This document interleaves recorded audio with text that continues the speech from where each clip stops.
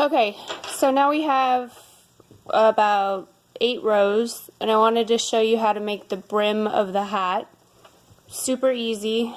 You're gonna take your tail, remember the tail that we started with, that we let go, and you're just gonna kind of lay it on top, and you're gonna find the very first peg you started with and go all the way down to the bottom loop. So here, I don't know if you can see that. So you're going to find your first peg and go all the way to the bottom, find that loop, and bring it over the top of that peg. And as you're doing this, just kind of tuck your tail in.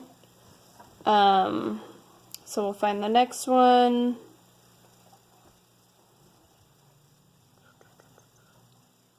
Which would be right here. You can also tuck the tail in later. Sometimes it's easier just to do it as you go, though. So just remember, there's no real rule of thumb, I don't think, for a brim. Your brim is going to be half the size of whatever length you have already going. So since this is a small hat, I only want a smaller brim. So if you do 8 rows, you're going to have a 4-row brim. If you do 16 rows, you're going to have an 8-row brim. So you just continue pulling the loops over from the inside. And see, now the tail has been tucked in there. It's sticking out this side. So you just kind of push it back in there, and at the end you can also kind of weave it back in there. So just continue pulling over the loops. Once you get a couple loops pulled over, it's easier to find the next one. You just kind of grab the yarn and you'll feel the loop just wants to be right there.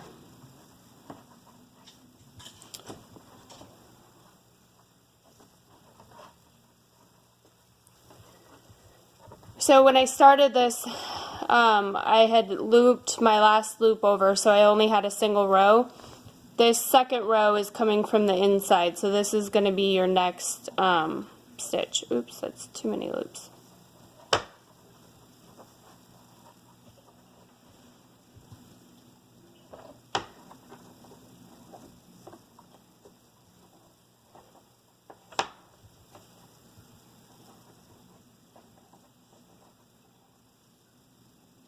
And then there's my last one.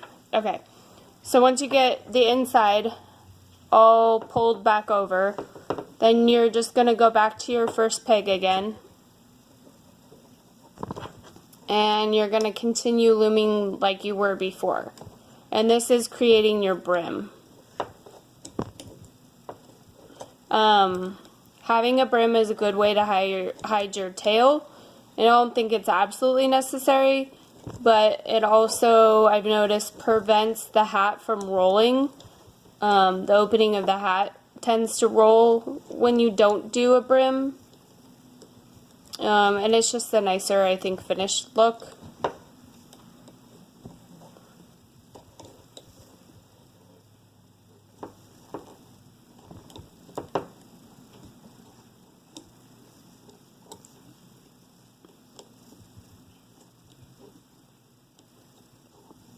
So you just continue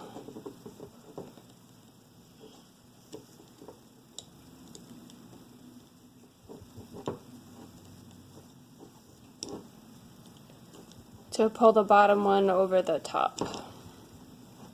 So you go all the way around.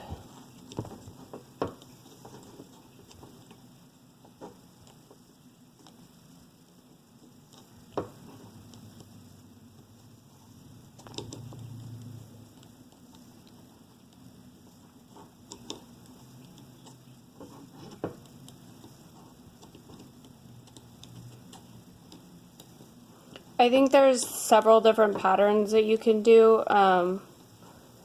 This is the first one I've done, and I haven't really experimented with other patterns yet. But this one is easy. So here's my working yarn and my last peg, and then I just kind of pull that tight. Oh, I had one more peg. There we go. Okay, so if you look, now you have a brim on your hat. It's folded over your tail piece that was hanging. Your beginning yarn is now hidden in the brim, and now you just continue. Let me get.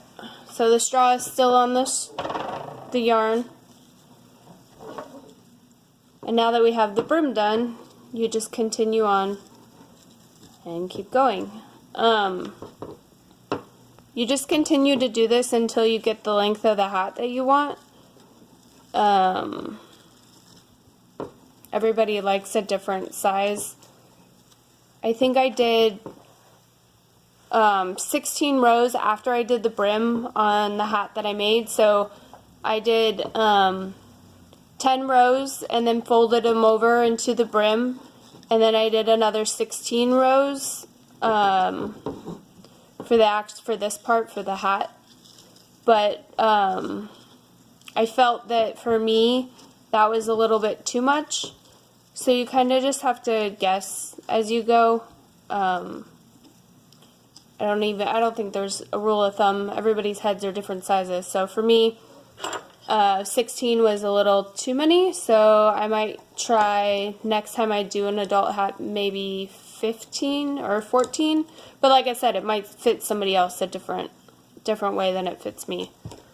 So yeah, now you just continue and go around same way you were before, and keep going until you have enough rows and you feel that your hat is long enough. I would say minimum like 15, but like I said, it's all different depending on like if you want it a little loose at the end by the ponytail, or if you want it be able to pull it over your ears. If you don't want to pull it over your ears, then do less. But I don't know, it's just, I've just been experimenting with it, how many rows. If you get lost on how many rows you've done, I usually just do it by eye. I don't really pay attention too much to counting rows. I've tried writing it down on paper. I've tried a row clicker, and none of those seem to work for me. I'll show you how you can see where you're at once I'm done doing this row. It's pretty easy to count your rows once you get a couple of them going.